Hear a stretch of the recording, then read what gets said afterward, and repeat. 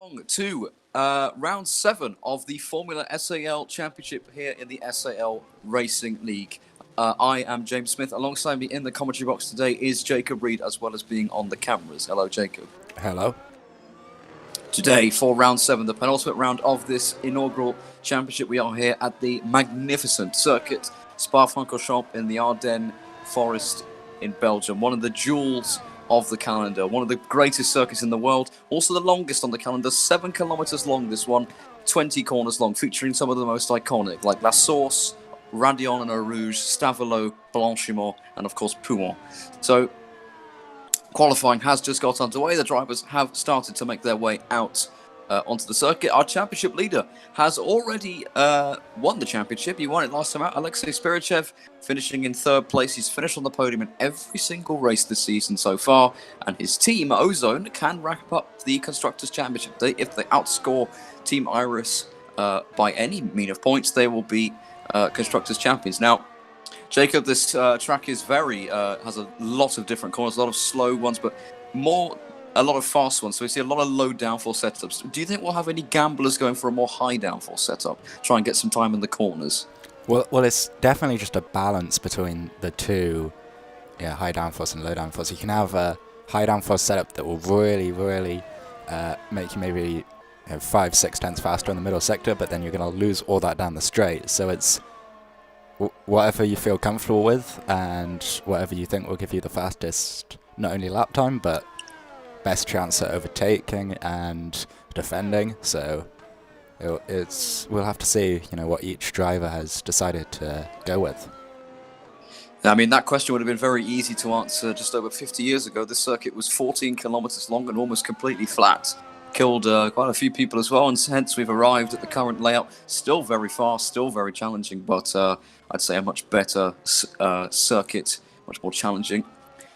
Circuits just have a spin at turn 1 there, but this it's the longest lap of the season, I believe. The driver's lapping in the 1 minute 40s. I'd highly doubt we'll see anyone get to the 1:39s, but if they do, that'll be something to hold your head up high about.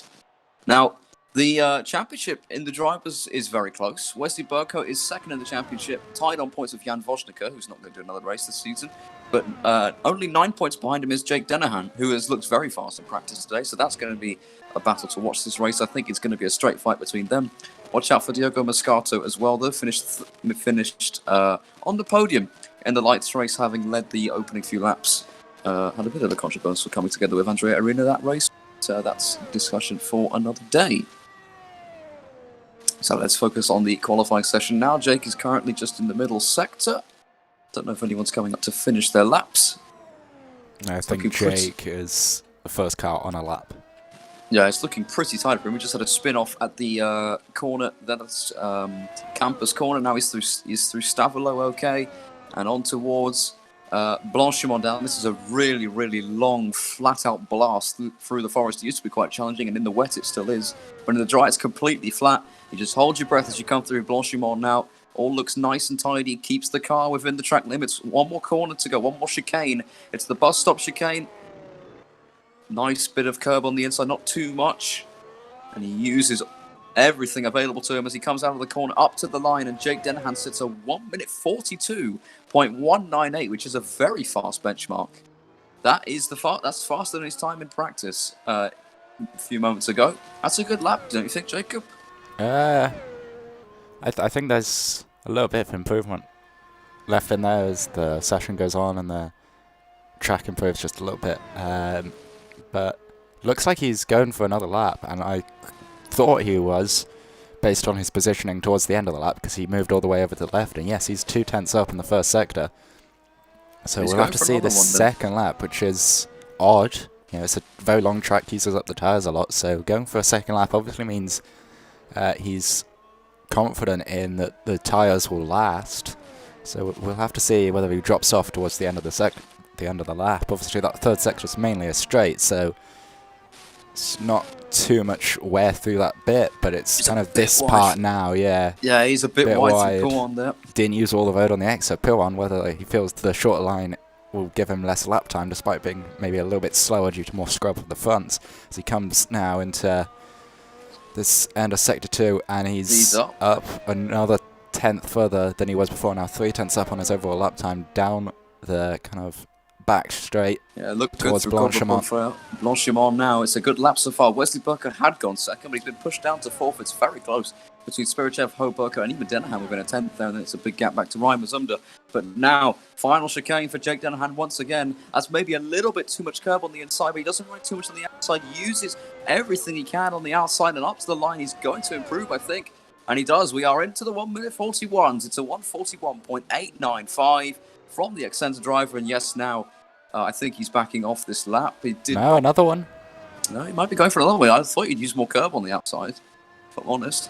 As Wesley Burger has gone second fastest again, just over a tenth behind the Accenta. He's going for another one. Must be very, very confident in these tyres. And now he stops. So he's obviously looked at his delta, realised he's down, and will now go back to the pits and go for another run on a fresh set of tyres. Indeed. Luca Moscato goes fifth fastest in the meantime as Alexei Spirichev enters pit road. Jason Ho in the final chicane now. A lot of curve on the inside. That's probably too much. Curve, yeah. He's a little bit, at cost of a bit of time. He still comes at the line. He might still improve. He does improve. He goes up to third.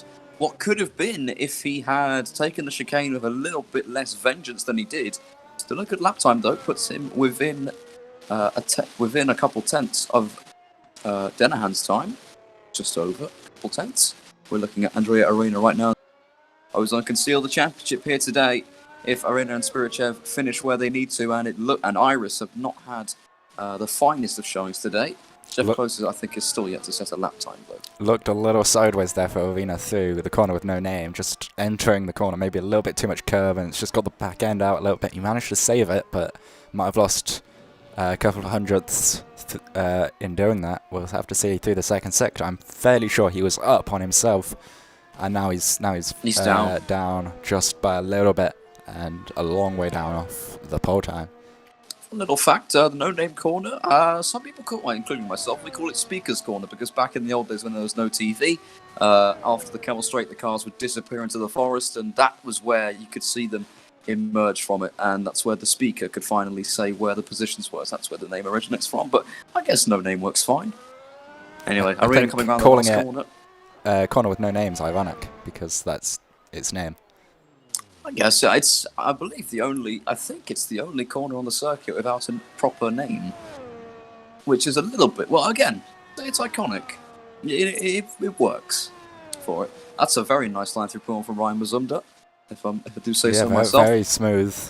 Used all the track. He's least steering angle possible. 1.9 seconds off the pole time currently. We know he can go quicker than that. Got his first podium of the season in lights merely an hour ago. He's been bumped down to 7th actually now because I think Samuel Ballas has got. It's a decent lap so far. 3 tenths up on himself and only 7 tenths down off the pole time. So I think he's definitely going to be able to improve. Maybe up to P5 if he nails this chicane. Chicane, yeah. He's got to be careful not to take too much curve. You brake just around that detection line. That's for the DRS. That will be relevant in the race. He's a little bit wide on the second part of the chicane. It's a decent exit though. Up to the line, Ryan Mazumda sticks his car one position higher up into 6th place onto the 3rd row, and I'm sure he can go quicker than that. Yeah, lost a lot of time lost in that last sector, and he's going again. It was a bit wide through the first corner though. A lot of drivers we saw with Denahan's line, he's not so much using all of the curb, he kind of doesn't use that extended part of the circuit, takes a tighter line. I guess to travel less distance. It's really up to preference because you have a really long flat-out blast up until now when you stamp on the brakes for the leg. Chicane and Ryan. Yeah, he's spun as well. And he's flipped over even. Yeah. So that's Ryan Mazumda out of qualifying with under a minute to go. He's not going to get another lap in, and hopefully he can reset so he doesn't affect too many people's lap times. Jason Ho has... I think he's overtaken Wesley Burkhart's time. Or Wes has lost connection to the server, actually. Wes has lost connection to the server. He was in 2nd place. Who knows where he is now as we're looking at Jake Denahan about to start his... he's back now, Wes. He's about to start another flying lap, what will be his final lap in air. You see, he's not riding those curves as much as we saw Ryan do so. Yeah, well, obviously curves usually bumped, so difficult to get the power down on them. and maybe in the middle of the corner also can unsettle the car, so might be faster, especially as a very good exit out of La Source can really improve your lap time down the very long flat out section. And yeah, he's 0.6 up, a little bit too early on the power through that section there, and just got a little squiggly, nothing too major there. Look, that was a very nice corner very there. Nice. Now, no name again. Oh, he's a little bit wide, taps the grass with his right-hand side of the car, but I think he's okay. Now, Puan, this is a really, really fast corner. You've got to hold your breath and just hope that the car steps out. He's actually using a shallow line once again, like we saw on, I think it was also him on his other lap. Yeah. Through campus, he's fine coming up towards Stavolo in the Sector 2 split. This has been looking a very ferocious lap, and he's 2/10 up as he comes through Colbert Paul Frere, and now up to the straight towards Blanchimont. This is looking like an improvement. Accenture have never had a pole position in sim racing. They've had everything podium, win, fastest lap, but never a pole position. Is it finally time for Jake Dennehan to put his red and black car on pole position through the chicane? It's nice and tidy. He's using everything he needs to, and up to the line. Is he going to improve on his time? Yes, he does by 0.3 of a second, and that was a spin in the back of the shot there. I think that was Alexei Spirichev. It was Alexei Spirichev, so he's not going to be on pole position. We're looking at Jason Ho coming through Blanchimont now, all nice and clean. We don't know what his sector times are, but I would presume he was just a little bit down on himself. He was like 0.05 through sector 2 down. Locks on himself, up a little bit into the chicane, but he's maybe missed the apex a tiny bit more than he would have wanted to. Up to the line, this is going to be a good lap from Jason Ho. He improves by 0.2 and sneaks into the 41s, but he's still almost 0.4 of a second off Jake Dennehan, and I think that is everybody done. So Jake Dennehan, unless Jonatas Berto can do something incredible, it's going to be Jake. He's not on a lap. He's not on a lap. Crossed the line. So Jake Dennehan has taken pole position for the Belgian Grand Prix with a blistering lap time, a 1 minute 41.568, and he takes Accenture's first ever pole position.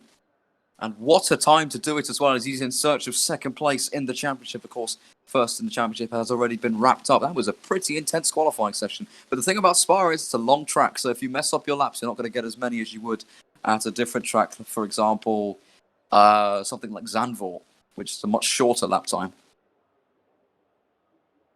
Yeah, and I think a lot of people have maybe made mistakes on their laps. It's very easy to make mistakes, so in the race could see some a different outcome. Obviously, all the guys pretty much in the top 4 or 5 are very competitive guys, always been at the front of these races, so it's going to be an interesting one. Yeah, indeed. So we're into the warm-up now. It'll be about 10 minutes before the race starts, just see if anybody wants to have an interview. We'll be asking the game chat if anybody would like one.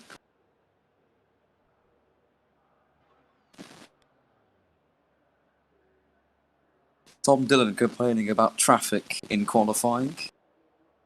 You do actually see quite a bit of traffic in Spa because it's not as wide in some areas. Like, for example, the first corner is very wide, but something like the last sector, Stavolo, Blanchimont, all the way up to the chicane, it's really not very wide. You can hardly go 3 wide cars. It's quite difficult to go side by side in the race, so it's easy to be held up, and we see that in a lot of the drivers. There was even complaints in the lights race. A couple of drivers complained they were getting held up, but it doesn't look like anybody wants to move for now. They're going to be trying to set their race consistently lap time, so I think, unless Jacob has anything to add, we should go into a short break. Anything to add, Jacob? No, so yeah, short break right now. Yeah, don't go anywhere. We will see you very, very shortly for round 7. The Belgian Grand Prix. Started. Yeah, has the warm-up's been skipped, actually? Yeah, let's get warm.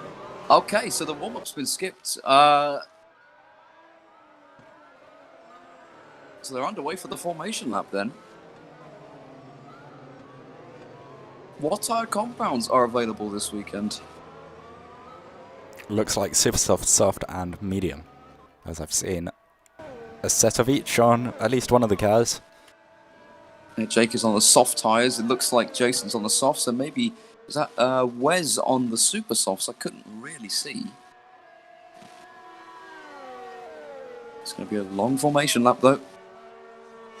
Yeah, and there's a big gap between all the cars. If you look, kind of, Balat's, Moscato's stopped. Moscato's stopped, and in Monza he had problems on the formation lap. He lost his rear wing. He's got going again now, though. But he is still at the bottom of Eau Rouge and Radillon, and everyone else is coming up to Les Combes. At the end of the straight, he'll be catching up to those guys, but that will be a little bit more wear on his tyres than he'd want to now, of course, having to catch up.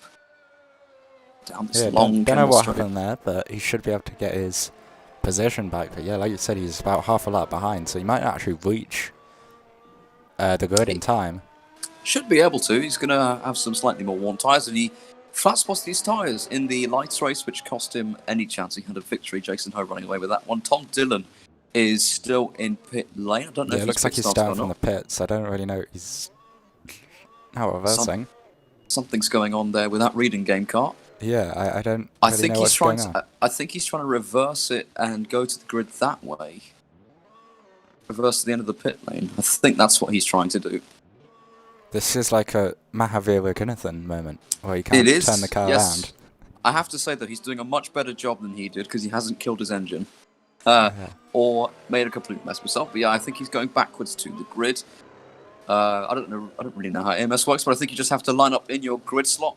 And that's perfect timing, actually, because Denahan is just coming around now to the grid with Jason Ho right behind him. And yes, Tom Dillon is coming up to the pits backwards, which I'm sure no one really has any problems with. Both Iris cars starting on the last row of the grid in their pursuit for second in the championship. And with Jake Denahan on pole position, that is not what they need in this race. Diego's trying to get to his slot, and it's a tight squeeze down this front straight. It is a very tight squeeze. I don't know why it's so narrow, but it is what it is. So, I believe that is everybody now gridded up, and we are getting ready for 5 red lights here at Spa Francorchamps. All 5 red lights are on here in front of the drivers, and it is lights out, and away we go, and it's a perfectly clean start. Crash at the back. There's a crash at the back already. That's one of the ozone. 3 wide into turn 1. Massive accident down at turn 1. There's a huge accident behind. Everybody's running off the circuit, but Denahan's preserved his lead. It looks like only 6 or 7 cars have actually made it through. The first corner completely unscathed. We got smoke coming out the back of another car there. That might be some suspension damage on that one, but it's Jake Denahan who's preserved his lead. But Wesley Burko is right behind him as they come over the crest. They're side by side, coming down the Kemmel Straight. The Excentra on the inside, the Spectre on the outside, trying to take the lead away from the pole man. And side by side to Les Combes, who's later on the brakes. It looks like Denahan's hold the position, and he's just able to keep in front of Wes there. And through goes Alexis Spirichem into 3rd place, with Jason Ho slotting into 4th. Another miserable start from the AFP driver, and he's under pressure from Diogo Moscato, who drives around the outside at Rivage, or almost. Ho's going to hold on to that one for now. And then Moscato gets the inside at No Name. Actually. Yeah, it can be side by side into Pohon. He's through. Moscato's taken 4th place. Late move from Mazumda trying, and that's scared Jason, and he's gone wide, and now they're going to be 3 wide and maybe down into Piff Path. I think that's Jeff Closer right behind them trying to get past him. And Mazumda around the outside on that softer compound tyre. Around the outside, he started on the super soft tyre in the lights race and made progress. He's doing the same here. He's up into 5th place already, so a perfect start from the Mazumda Motorsports driver right behind Diogo Moscato. Now, Jason Ho has had another nightmare start. He's gone from 2nd to 6th, but the perfect start for Jake Denahan. A little bit of a heart-in-mouth moment through Les Combes with Wes attacking, but he defended how he needed to, and he has an 8/10th lead coming into the final chicane for the first time. First 22 times, that was Ryan going up the inside of Diogo, and somehow it didn't touch. I thought Ryan was going to hit the side of the Spectre there. You're on board with the rear of the Spectre car, looking back towards Ryan Mazumda, who's looking to be very aggressive at the start of this race already, and he's actually got the ozone car of Alexei Spirichev right ahead of him. Bit of a kick of oversteer on the end back, but in fact, because this straight is so long here, as you come to a route, sometimes you catch the car too early, you have to back off because of the dirty air, but it looks like he's timed it well. He's broken the slipstream from Ryan, he's under pressure from Jason himself, and now coming down the straight as Mazumda and Ho go side by side. The ozone car goes defensive, but Moscato doesn't care. I think he's going to sweep around the outside here. That's a squeeze. Somehow, no contact, just about. Moscato can't get past there. Jason goes up to P5, and I think Mazumda's dropped down to P7 behind Balats. He's been overtaken by Balats. Balats trying to go at the inside of Jason there. So an aggressive start. Jason's wide again. Ho's gone wide again. He is all over this circuit and not in the way you'd want to be, as Balats is going up the inside through Pouon. and Ho runs wide again. And once again, the door on the inside is open. That now turns to the outside line. They're side by side into Campus Corner. And again, Jason Ho is overtaken around the outside at turn 13. And now into Stavilo. He's got Mazumda for company. And once again, for the third time in 2 laps, he's been overtaken around the outside. And now Jeff Close is trying to go past him as well. This has not been a good lap for Jason Ho. He was almost in 5th place, and now he's almost down to 8th. So it's not been a good lap, and he's just been kind of pushed off the racing line, and that's allowed everyone to just slip by him. He can't let Jeff go past around the outside here, surely. Surely not. Yes, this time he he hangs on just but about. Closer's I thought he was going to go for the switchback there. Tried to hold it around the outside. He's still. Oh, Brian hit the pit wall, and he's into Jason. Oh, he's hit Jason Ho. Ho has lost his front wing. Mazumda has surely got damage, and a bad race becomes even worse for Jason Ho and AFP, who just cannot catch a break in Formula. And the light champion now has to do a full lap without a front wing. And let's see what's happened here. So he's defending from Jeff Closer valiantly on the inside here. And you said Mazumda's hit the pit wall. He might well have done here. What's happened to Ryan Mazumda? He's hit the pit wall. That's unbelievable stuff. Ryan Mazumda has destroyed not only his, but Jason Ho's, who had nowhere to go. That is such a bizarre place to have an accident. I don't think I've ever seen that before. Must have been a very big lack of concentration there from Ryan Mazumda. Indeed. And it surely can't be a wheel failure because he's carried on, so you'd think his wheel would have, if it did disconnect, fixed itself. But Wesley Burko is still within 1 second of Jake Denahan. They have pulled clear of Spirichev and the chasing pack behind, though. But yes, as I said in qualifying, I thought it was going to be a straight fight between Denahan and Burko, and that's exactly what we have so far. Although Denahan has pulled a bit of a gap here in Sector 2. He's pulled half a second in a matter of corners, and he's almost broken the DRS. Yeah, it shouldn't matter too much as long as Wesley can keep in DRS. Obviously, that middle sector's a lot of corners, a lot of dirty air, and this car produces a lot of dirty air. So as long as Wesley can keep in that 1 second, he should be fine. I think Burko's running a lower downforce setup. Yeah, we'll see the gap here, but I think does get DRS down this straight. He's got the DRS, and indeed the gap. Well, it was pretty neutral. I think Wes might well be on a low downforce setup compared to Denahan, who's on a higher downforce setup in that Excenza. I mean, he was expressing a bit of... I was in the VC with him in practice. He was expressing a little bit of surprise as to how many people were running such low downforce setup. And now onto the straight, Wesley Burko, the rear wing flap opens on that Spectre, which gives him a speed boost of about 15 kilometers an hour down this straight. Nowhere near close enough for a move just yet. The Excenza holding its ground nicely, using all of the road available to him. That was a lot of curb, but within the legal limits, I think so. Just about. Even if it wasn't, I don't think it gained too much time. Was now in the dirty air, which is the problem, because you're coming into the most technically or downforce, aerodynamically demanding part of the circuit. This corner in particular has taken this 6th gear. It's so fast, and it's really hard to follow a car through here. And actually, he's a bit closer to Burko than he was on the last lap. So Wes is maybe just learning where Jake is strong and weak. And he's going to use that later in the race. They're both on the same compound of tyres, so the strategy is going to be pretty even. But we saw last race, Wes in particular was the one taking his tyres to extreme lengths and distances in the race. He took his softs, I think it was 17 laps at Monza, which is 2/3 race distance. So we'll see if he does the same here. Into the bus stop chicane for the 4th time out of 22 times, and Wes is much, much closer this time around.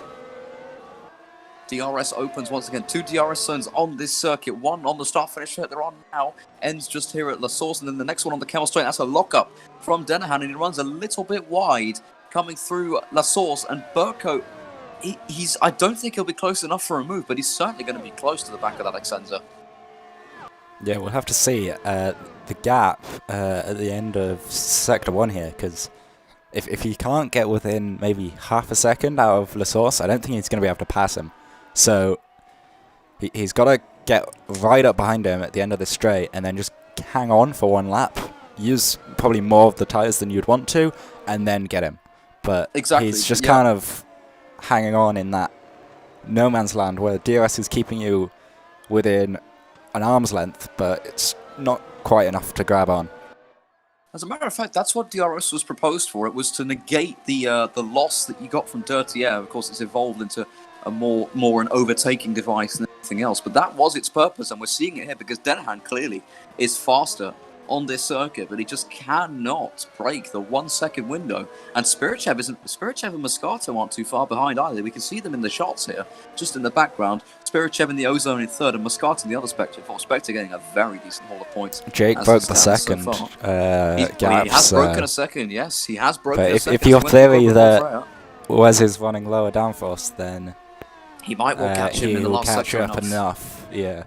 But that's good encouragement for Denahan, because if he can keep doing that, eventually the gap, if he's quicker every lap, the gap will eventually go over a second, and then you might see an exponential growth. Yeah, we saw Wes run away at Piron, so he looked pretty tiny through the chicane and across the line. Yeah, he's got DRS open, so he must have been within thousandths of not getting in that DRS zone. So very lucky for Wesley. I think Denahan did run wide there, locked up. He locked up, yeah. And actually wide as well. Moscato running wide in the background over the curb, in fact, onto the artificial, I don't know if it's AstroTurf or concrete past the curb, the little green stuff that you see on the side of the track. I think it's concrete.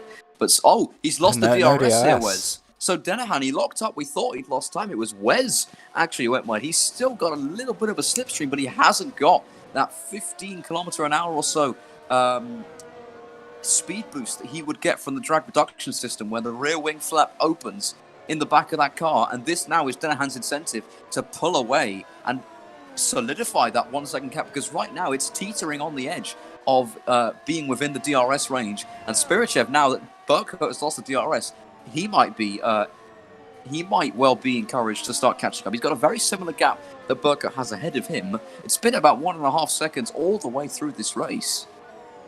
So watch out for Alexei Spirichev in the ozone. Ozone, as it stands now, would clinch the Constructors' Championship today.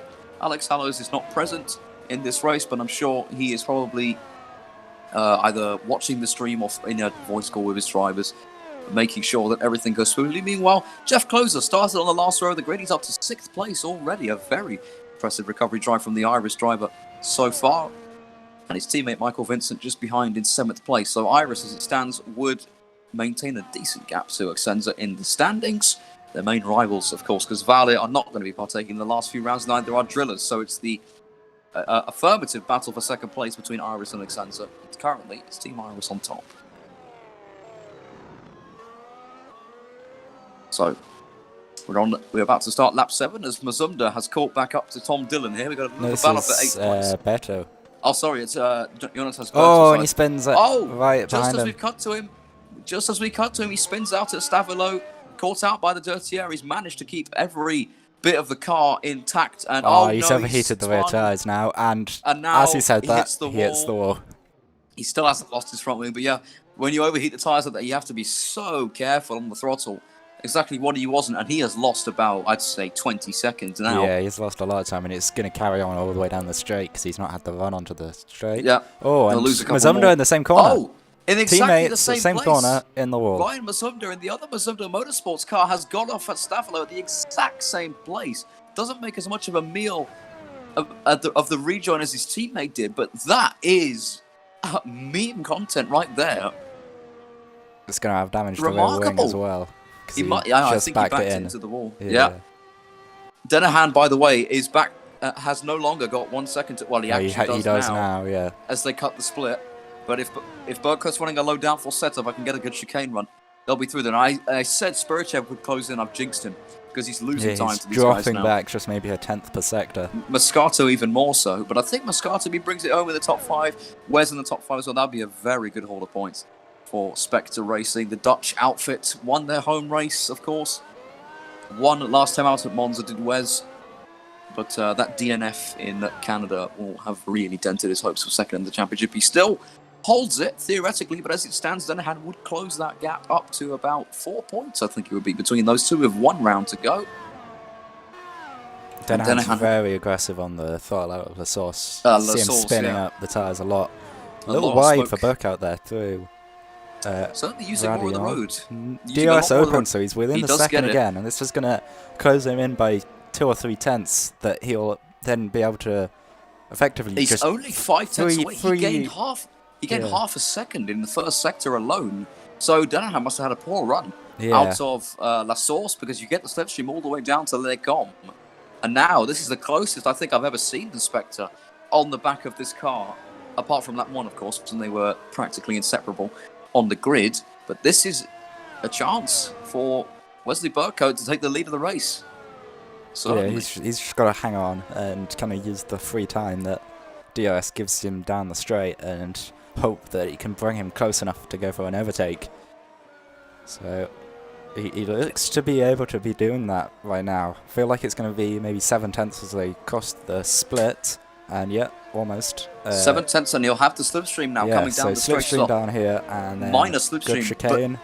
And Blanchimont is Blanchimont's so fast, he won't lose anything in the dirty air here. He's just going to be purely catching up to him through here. It's completely flat. He doesn't even need to use the curb on the outside. And he's certainly closer than 8 tenths. And into the chicane. Oh, Denahan's run wide. He locked up and ran wide, and that's a very poor run through the chicane. And look at how close the Spectre is. The DRS opens on the back of that car as they start lap 9 of 22 here. And into La Source, another lock up from Denahan. Wes locks up as well. He gets a slightly better exit, but Wesley's still there and has the slipstream coming down to Eau Rouge, but more importantly, will have the DRS as they come up round Lyon. He's closing in all the time. He might well pass him before he even opens the DRS, and Denahan defends the inside line. Wesley's DRS opens, and I don't think there's anything he can do here to stop Wesley Burkhout powering past and into the lead. For the first time this race, Wesley Burkhout leads. Jake Denahan has been usurped by Wes as we got a yellow flag, and that is Ryan Mazumda. Oh, Wesley spins! Wesley spins! Wes has lost it! He's lost it at Les Combes, having just taken the lead. He hasn't stalled it. He's managed to keep it going. There's a massive flat spot on his tyres, though he's luckily no one hits him because he's just under or just over the crest, so not everyone would have been able to see him. That's not what he wanted. 3 corners after taking the lead and powering past the Excentra, which he'd been building up to for many laps, and he's lost it. Maybe we can see a replay what happened. I think he probably just got on the throttle a little bit too early. Let's have a look. Might have been distracted by the Mazumda car that he might well have been off, and it looks like he just has a kick of oversteer and tries to correct it and does too much, and into a spin she goes. And he's got, look at the flat spots, you can see them from miles away. He's going to have to pit. And he's on the soft tyres, so unless he can make the super softs go a ridiculous amount of time, this rest of the stint, next few laps, is going to be really, really tumultuous for Wesley Burkhout. That's unfortunate for him. It promotes his teammate up into a podium spot, so not all is lost for Spectre just yet. Mazumda was the car off and DNF'd on the spot there, so I think... he slides it through there, yeah. His tyres are gone, so... He's pitting. Yeah. He is pitting, and he might well go. Otherwise he'd spin again. He might well go for the mediums here, because I don't know if the super softs will make it. And you hate to say it, but that's Wesley Burkhout, I think, out of contention for even a podium now. Unless he gets a mega undercut and just carry that speed. He did not hit a thing though, so his car, in terms of damage, is fine. And what tyres has he gone for? Is that another set of soft tyres? No, that's mediums. That's medium. It is medium tyres, so he is going to the end, as Jonas Berto has also come to the pits just behind him. I believe Wes comes out in 6th position. Not really where he wants to be. He's got a pretty big gap to Michael Vincent in the Iris car just ahead. I think Jeff Close is pitted, actually. The car behind him in 7th. Yeah, he's also on mediums. So they're going for a much more cautious strategy. Everybody in the top 5 is yet to make a pit stop. I don't know if Tom Dillon has to pit yet. Jason Ho has pitted for a new front wing. So he's probably on the medium tyres. I think Thomas pitted, yeah, he's on the mediums. He might have started on them. I know one car started on the mediums. It might have been someone else, but... In fact, you can join us in just over half an hour's time, around that time, for ESRS round 3 of 10 in the finale, or the final season of ESRS. We are racing at Zandvoort. Tom Dillon will be commentating that race. Make sure not to miss it. It's going to be pretty action-packed. We've got a lot of people very close together in the practice time, so it should be a very nice race, and there shouldn't be any big bumps like there were at Algarve. Make sure to tune in then. Is closing. He is two closing, two actually, tenths yeah. in that third sector. I feel like Spurchev's on an even lower downforce setup than Wesley was, so... Remember, though, the Denahan, he lost time with Wes, not just battling, but I'm sure when Wes spun out, Denahan must have lifted off the throttle, would not want to throw away such a good result with a simple lapse in judgment like Wes had, in Jake's case, running into the back of him. But yeah, 1.6, that is a much lower downforce setup, I think, on Spurchev. He's gained 4 tenths almost in the Sector 1, which is one braking zone and all straight for the rest of it. And if he's managed his tires well, then the gap at this stage in the race, then the difference between them in this middle sector is going to be either much bigger, depending on who's saved the better tires, or pretty much the same if Spurchev saved his tires more. So it's going to be interesting to see. But maybe Spurchev has saved his tires, and at this stage in the race has got much fresher, or much nicer tires, so that's not trying to kill him every corner. Let's see the gap. Yeah, so he drops 3 tenths in that middle sector. We'll see Sector 3 though. From now, to gain it back in this sector. From now to the chicane is all flat out. So if our theory that he's on much lower downforce is correct, the gap should, at least at the very minimum, stay neutral. We'll see into the chicane, but this is a really slow chicane. That's a big lockup, and that's going to be a massive flat spot. That's a full double front lockup, and we'll see the flat spots on the tyres as he comes around here. Can't really see it in that lighting, but he must have flat spotted those tyres big time. He's lost all the time he's gained in the last lap. He's lost half. He has got the flat spots. You can see now he locks up again into La Source. So another front runner flat spotting the tyres, and that Diogo Moscato is the dark horse here. He's in the background of these shots. 6.5 seconds off Denahan, but he's ready to pounce on any mistakes. He's already inherited a place from his teammates' misfortunes. And Wes actually, depending on how fast he is on those mediums, he could be a bit of a dark horse, actually. Let's compare last laps. If he can put the hammer down, faster than Denahan. 1 whole second faster. So that gap will only gap to Denahan's only going to come down. Denahan's on worn soft tyres, Burke on fresh mediums with nothing to lose, having spun off, having taken the lead on the exit of turn 8 a few laps ago.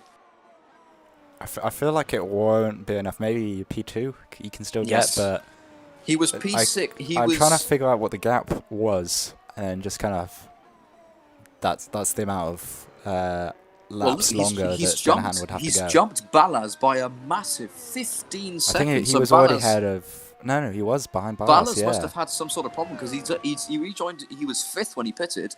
That's effective 4th now because Michael Vincent is yet to make a pit stop right in front of him. So Ballas either had to repair some damage or something else happened to him. But you don't just lose 15 seconds in a pit stop for nothing. He's got Jeff Closer occupying his mirrors now.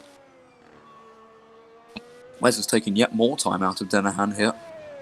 25.6 seconds. Now, a pit stop is roughly, I'd say, 18 seconds because you lose time initially, but then you cut because you're going wide at the last corner, but then you cut out the first corner entirely. So you don't lose any time in that part of it. And actually, Spirichev, he's flat spotted his tyres and he's closing back up. He's gained a whole second in 1 lap on the Excensa, who surely is thinking about a visit to the pit lane now because just like with Burkhardt, he's got a car occupying his rear view mirrors yet again and closing in on him. Yeah, that was a really bad lap for Denahan that last lap here. I don't know if he made a mistake, but he did a 1:47.9, whereas Spurchev did a 1:46.9, and Wesley did a 1:45.3. So Wesley closed. Wes is going fast. That was 2.5 seconds faster on that last lap alone. That is scintillating. If he keeps that fast. up, then he will undercut them. But Denahan's going to be slower tyre, going on the softs as opposed to the hards. These guys are going on the super soft tyres. Yeah, super soft, sorry. And Wes on the mediums. They'll surely be in the pit soon. We're on lap 13 of 22. We have 9 laps to go. 9.5 laps to go in this Belgian Grand Prix. And it's been Jake Denahan who has led every lap. He's led every second, bar about 10. He lost the lead to Wesley Burkhardt only for the car he lost the lead to spin out a few corners later. He's dominated. Well, I wouldn't say dominated, controlled, I think is a better word, because he's not been all on his own. He's had company all race long, And let's see if he dives into the pits. Does he have flat spots on his tyres, maybe? He could well do. I can't see any visible flat spots. And he's taking a shallower line. He is. I thought he was going to pit there. No, they both stays out as well. So the super soft tyres life doesn't seem to be very highly rated by these guys. But having said that, Moscato behind them has dived into the pits. So Diogo Moscato is going for an undercut. And let's see where he comes out regarding his teammate. Burko is in Blanchimont right now. Or just coming through Blanchimont. Moscato stops in his box. That in the background was Michael Vincent, yet to make a pit stop. And you can see that's Burko right there. And I think he's going to get the jump on him. Yeah, he is. Burko into turn 1. Moscato right at the pit exit. It's going to be close. Oh no, he does get out ahead of him. It's Moscato just in front. So that was a, 4.5 second gap to Spirichev. So Burko actually still has a lot of time to find. But let's see how fast they are now. And Moscato, if he can go quickly here, he might well be able to undercut 1 or even 2 drivers ahead of him. Depending on when they pit. They're going to have to pit this lap, I feel, otherwise they'll have get to undercut. respond, yeah. They have to respond. It seems the tyre, it's a long lap, of course, a very challenging lap too, so the tyres will take a hammering, especially when they get worn, you'll lose a lot of time. Oh, that's wide by Denahan, and I think wide. Spirichev went wide as well, so... Spirichev's closing to within a second. He's within a second, you know. I think that would just about do it. Oh, he's run wide though at campus, so he's probably gone back to what the gap was on the Delta as they came into the sector. He's lost a bit of time there. It is time to pit, I think, for these guys. That will be the final straw. 1.1 seconds, yeah, it's pretty stable. It's time to come into the pits for Jake Denahan and Alexis Spirichev. They had a titanic battle at Monza last time out. Probably the battle of the season so far. A lot of amazing, close, hard-fought racing. Hard but fair, you have to say. I haven't really seen it today, but Spirichev closing in. And let's see. What are these guys going to do? Denahan pits, dives into the pits, and also Spirichev follows him in. He does exactly a battle of the pit crews now. And Moscato's 20 seconds back at this point, so... Stopped on the line. It's about 18 seconds for a pit stop, I predict. Moscato will be coming just through Blanchimont around now. Maybe a little bit further on the lap. Moscato had to pass Vincent as well, so that might have held him up just a little bit. Moscato's probably the bus. Spirichev's already out. There's Moscato. Jake, that's close. Oh, it's close. There's Moscato as well, so... Moscato might get all 4 of Spirichev these guys are kind of in the same picture. Oh, I think he made a mistake at turn 1. But it's just because the pit lane's so much shorter on that turn 1, so... But he's gained 2 seconds. You can now see them in the same frame as they come up another through lap and he would have been in the lead, so... Indeed, so it was right to the pit, and then Denahan had such a slow pit stop. Was he slow coming into his box, or did he have to repair a bit of damage? It wouldn't make sense because he hasn't hit anything this race. But it's Jake Denahan who has maintained his lead, having made the pit stop, and he's now on the super soft tyre. So this is now Wes, I think, out of contention. Yeah, he's already 2.7 seconds off his teammate. And that gap was about, I'd say, 1.5 when Moscato came out the pits. Yeah, Wesley did a 45 last lap, and the fastest lap's just been set by Ballas, so it was a 43.6. So I reckon we could see these guys doing 43s, kind of deads.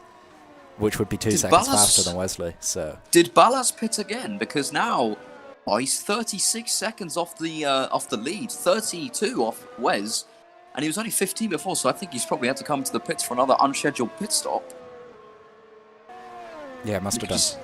We could just have a look through the grid here. So it is. If you just joined us, thank you for tuning in to round 7 of 8, the penultimate round of Formula SAL in the SAL Racing League. It's Jake Denahan currently leading the way in his Excensa from pole position. In second place, Alexis Spirichev, championship winner. Third place, Diogo Moscato. Fourth is Wesley Burko, the only other man than Denahan to lead this race, but we think he's out of contention now, being on the harder tyre. Jeff Closer is up from 11th to 5th in this race so far in his Team Iris as they try to defend their position from Excensa in the championship. Right behind him is his teammate Michael Vincent, who I think has now come in pits for his one and only pit stop. And right behind them is Jason Ho, who is a lap down, having lost his front wing in a freak accident with Ryan Bazumba. I really don't know what happened still. But Ho is in 9th, just behind him. Samuel Ballas in the TR Bluvos Motorsports car in 7th place. 8th place is yours truly, fan favourite Tom Dillon in his trusty reading game, just keeping out of trouble in 8th. Ho in 9th, of course, as we've already said. And then the 3 retirements so far this race. Jonathan Sperto, Ryan Mazumda, both Mazumda Motorsports cars retiring, and Andrea Arena, who spun within a matter of seconds of the race starting. He spun on the straight coming up towards turn 1. I still don't really know what happened there. Maybe we can get... been a Diogo set the display. fastest lap, that last lap, as a 43.0. He's almost within a second of Spirichev, So who he's himself was within 1 second. So I think Spirichev is probably on the lowest downfall, sorry, of everybody here, because not only is he falling away from Denahan, he's falling into the clutches of the Spectre. Let's see through Stavelot.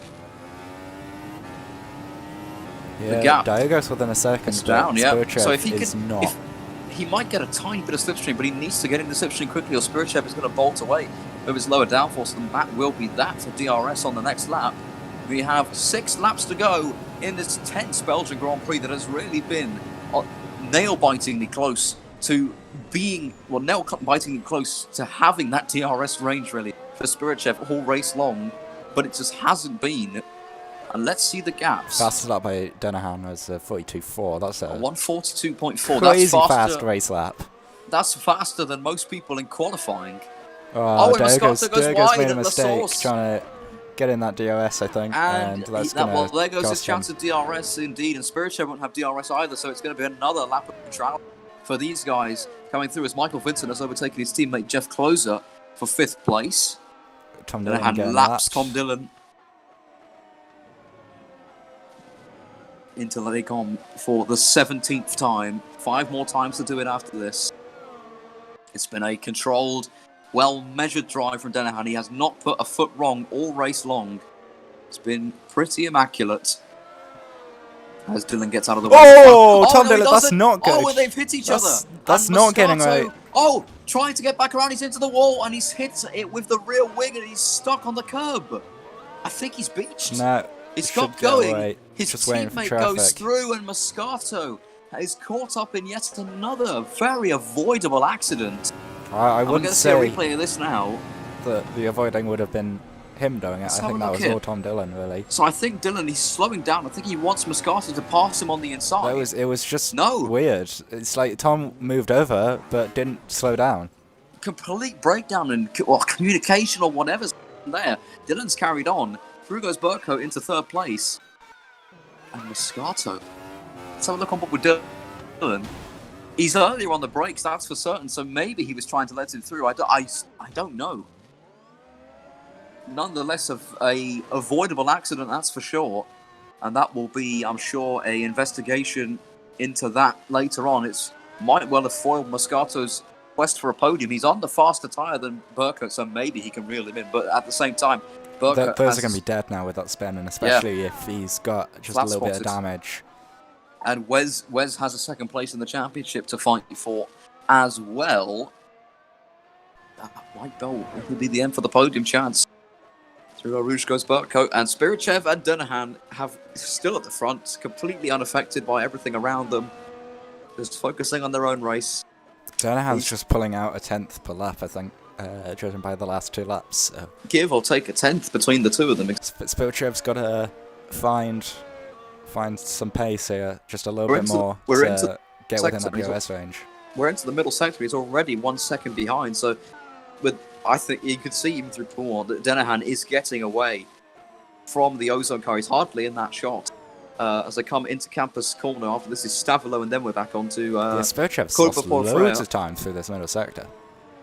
It was 1.2 seconds coming into it. It's 2 seconds back now. 1.9. He's lost 8/10 in 1 sector. I don't know And what he's happened. I only- didn't see a mistake.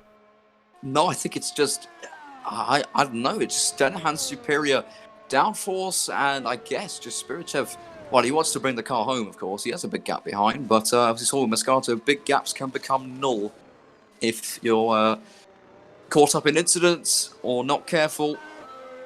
And that Moscato incident, very, very weird incident for him. Not quite as weird as Ryan Mazumda's, though. That is certainly mean material. Into La Source, just on lap 19. He brought it back a little bit, so the difference in downforce must be even bigger now. They're both on the same kind of tyres at the same wear level, so maybe it's just that Denahan's running that much higher downforce that he's able to pull 8/10 in the middle sector, because Spirichev gained back kind of 4 or 5 in the rest of the lap, so it's interesting. They both pitted at exactly the same time. Neither of them have had a huge lock up or a spin or anything. They've kept their tyres in decent visible fashion. I'm sure inside there screaming for help and asking to be taken off after a painful stint. But on the outside, everything looks fine for these two guys to bring home another good result for them. Excensa's first victory in the SAL Racing League is a mere 3.5 laps away, whilst Alexei Spirichev, after 7 rounds, looks like he's going to continue his 100% podium streak and get his 5th second-place finish of the season. And I highly doubt anyone is ever going to get as many second places as he's done this season, even if he doesn't come second here, because he already has 4 in a row as well. Gaps. That was good through that second sector. Yeah, now he's got the 2 tenths, which he gained in the first sector. So he'll gain all the 2 tenths back here now. Maybe he'll continue to close on. I kind of hope so, because it could lead to an exciting finish.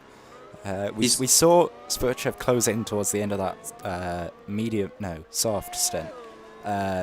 We did, the start of the race. So maybe he's just bet on the tyres or another lockup. As you say that, there were double front lockup into La Source. Again, for the second time. He did that last time and it didn't seem to affect him, so I don't think that's too much of an issue. He certainly lost a little bit of time. Not much. They're still in the same frame, which is really how we can measure things. But that Ozone still not within DRS range and painfully close to a good slipstream, but he'll gain maybe half. And he's going to lose that in the middle sector. But look at the flat spots. He's flat spotted his tyres at La Source. Look at that. You can see the vibrations as well on those tyres are visible for all to see. You can see that dark red and black Accenza right ahead, sporting a very similar livery to that Robert Wickens ran in his debut IndyCar season. Hopefully he's back in action in IndyCar as soon as possible on his road to recovery. And meanwhile, Diogo Moscato is caught to within 2 seconds of Wesley Burkhardt, so we might well have a lap showdown between the 2 Spectre drivers, or even before that. Whenever it happens, I would like to see a battle between these two guys, because we've been seeing a lot of anticlimax, really. They're getting within a second, and then they just fall out a bit and can't get back to within it.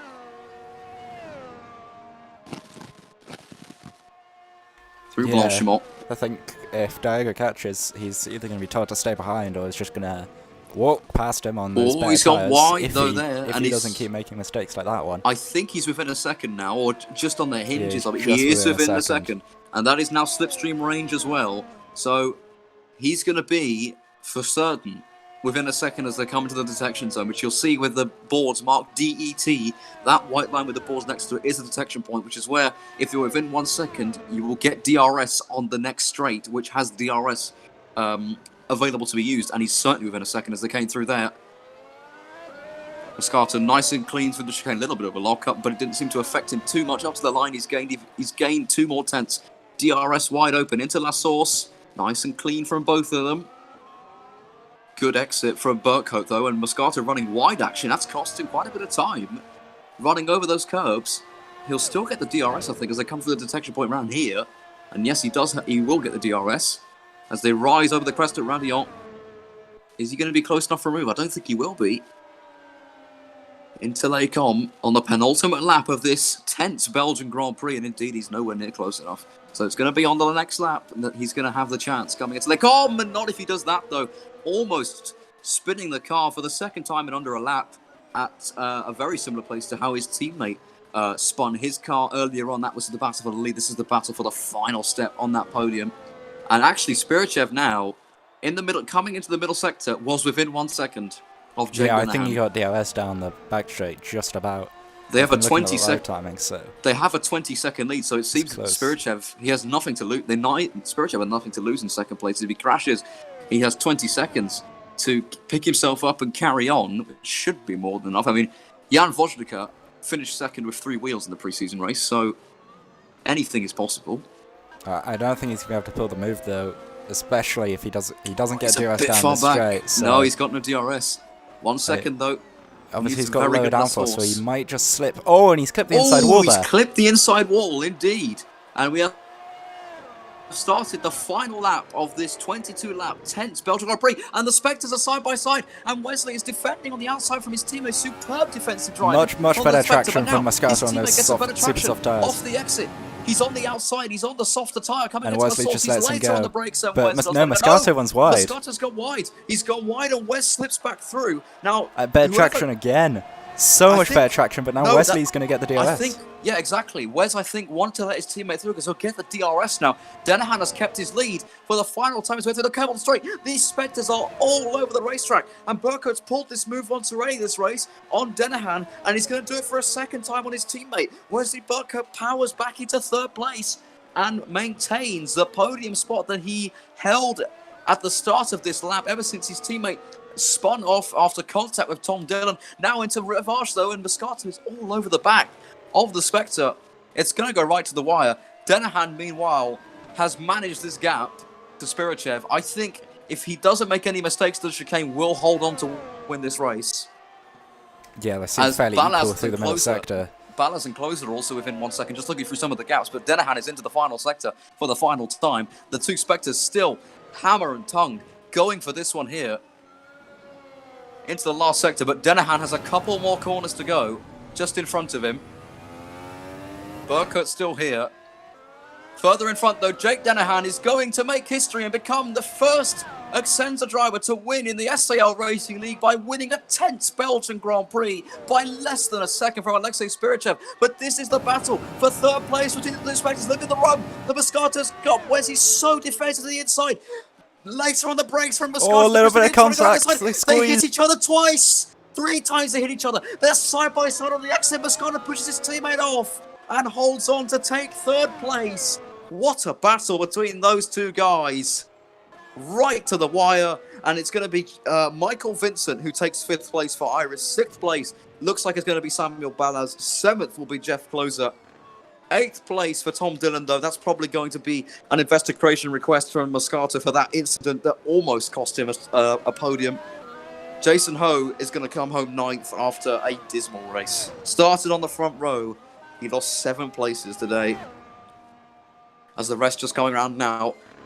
Jake Denahan, history maker, will be the headlines in SAL for the next few days to come. Very controlled, immaculate drive. Didn't put a single foot wrong that race, did he, Jacob? Absolutely not. And pretty much just being able to hang on in each phase of the race, and ends up just being able to hang on at the end of it. I think one more lap, and I think the gap across the line was 0.7, so one more lap, and Spirichev would have had a really good opportunity also, down towards the commas. So congratulations to Ozone Motorsports. They clinched the Drivers' Championship last time out with Spirichev. They have clinched the Constructors' Championship. It is a clean sweep for Ozone, and Alex Hallows actually wants an interview right now, probably because of that. So we will get him in here shortly. But congratulations to Ozone for their double championship, and they might get the Constructors in light as well. They have a very decent shot of that. That one's going to go right to the wire.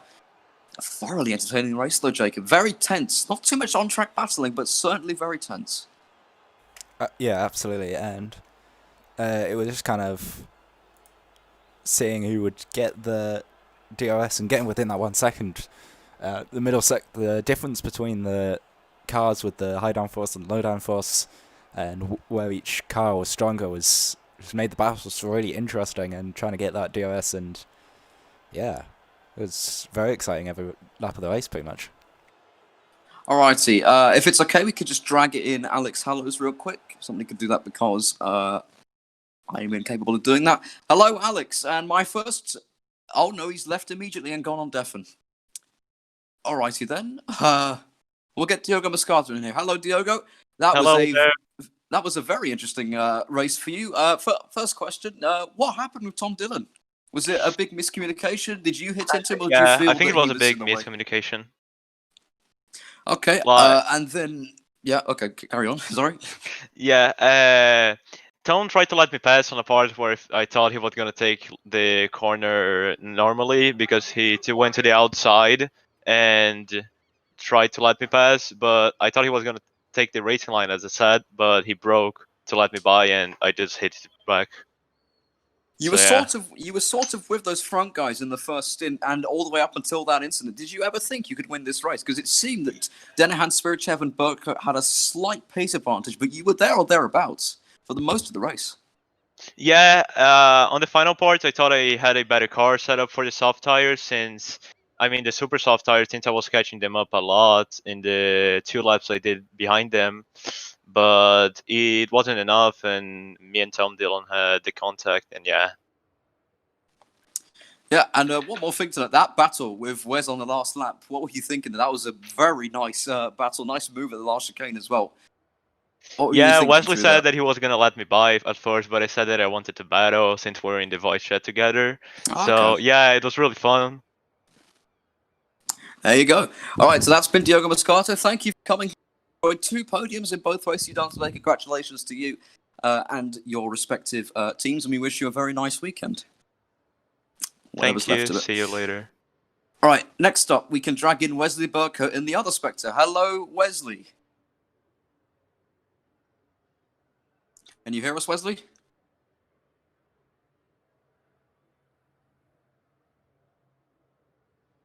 All right, we'll take in Alexei Spirichev in the meantime. Hello, Alexei.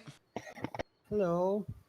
That was a well-measured race, I think. Not too many mistakes. We saw a couple of lockups. You were always with Jake after Wes had his incident. Did you think you could snatch that win away from him? Maybe with one, if you had one more lap, do you think you could have got him? Maybe, but race is end, and congratulations to Jake. He did a good race. I think it's a good race. I had a good pace. Maybe I was a little slower on fresh tires, but I had a good pace on old tires, and good battle, very close. Yeah, you certainly had good pace in your old tyres. I'm not sure you're aware, but this is your 5th second place finish of the season, and you actually have a 100% podium streak, and you have just one more round to hold on to that. So that you can hold on to it, because where's Diogo and Jake are certainly going to give you a run for your money. Yeah, it's a good championship, good results, and five second place, and I think next round I next round will be, I think next round will be interesting, and I try to win. I hope. Yeah, and as well as clinching the Drivers' Championship last race, your team, Ozone Motorsports, just got crowned Constructors' Championships. You now have an unassailable lead. So congratulations on your double championship. I'm about to bring a team owner in here who is probably very delighted with that. But I wish you a very nice weekend. You've earned it. Very well calculated drive today. Enjoy yourself. Thank you. Bye. All right, next up, we shall get Alex Hallers in here. Alex, congratulations. You got the Drivers' Championship last time out. You now have the Teams Constructors' Championship here in Belgium. How does it feel? It feels amazing. I want to mainly thank Alexi and Andrew for racking up those points this season, and mainly also Alexi getting that Drivers' Championship as well. And the season's been very successful for Ozone Motorsport in Formula and Lights, and hopefully we can continue that next season. Yeah, and also in Lights, you have a chance at the Constructors or the Jason Hoers wrapped that Drivers. Now, you weren't present driving today. Will you be present at the next race, though? I have high hopes that I should be. I don't see why not. Hopefully, I will be there. I was expecting you to be a bit more elated, if I'm honest, because this is a groundbreaking season for your team. You might well grab 3 of the 4 championships on offer, but yeah, get the champagne out, have some fun tonight, and hopefully we'll see you on track next time out. You are still in the top 10 in the Drivers' Championship, by the way. You'll be looking to cling on to that one, I'm sure. Yeah, take care. Thank you. All right, let's drag in somebody who raced very hard that time out. Hello, Wesley. Hello. All right, we can hear you this time. That was a pretty dramatic race, pretty tense. Yeah. You could really split that one up into 2 phases. I mean, you were pressuring Jake throughout, and I have to ask a simple question. What happened after you passed him? Simple oversteer, or was it something more? Oversteer. I got slightly distracted by the stranded car on the right, so I messed up my run to the second corner of Lake Holm, and then I messed up my whole run, and then I tried to correct it, and steered a little bit more and the same throttle applied, and then I was just a little oversteer, tried to correct it, overcorrected, and then just simply spun out, unfortunately. My fault, obviously. Congrats to Jake, by the way, on the win.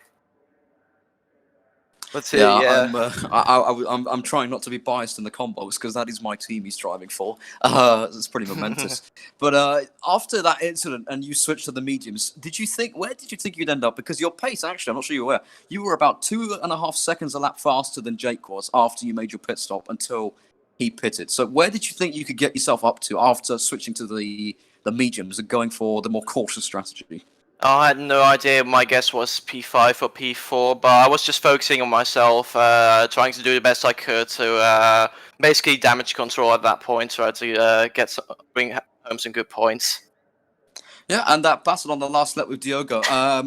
I believe, if me and Jacob are correct, you slowed down deliberately at turn 1 to get the DRS. Is that Yes. true? Yes. I thought so, because I couldn't really understand why your exit was so bad until I thought about that. But yeah, that was a very good battle on the last lap.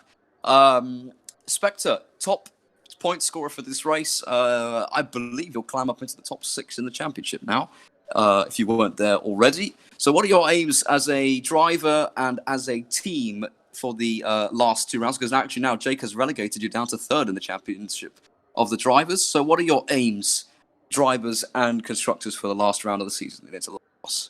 I'm just taking everything race by race. I hope Diogo has done exceptionally well today. We had a very nice battle indeed, and I hope just to score as many points as possible, and we'll simply see where we end up after that. Just do the best we can. Alrighty, well, take care for the rest of the day. That was a very good drive, I think. You probably could have won that one if you hadn't Spinella, had that little mistake there. But yeah, commiserations to you. I almost lost my voice in the commentary box. But yeah, on to the next one. In the meantime, take care. Yeah, thank you. Alrighty, and that is everybody done with the interviews. So, Jacob, unless you have any closing words? No, just see you for the final round next time. Indeed, it's in the final round at Interlagos in Brazil, Sao Paulo. No title decider, unfortunately, this time, but still it does produce a lot of very good racing. 34 laps of that circuit coming up in 2 weeks' time on the 2nd of August. Same time, same place. Make sure you don't miss it, and we'll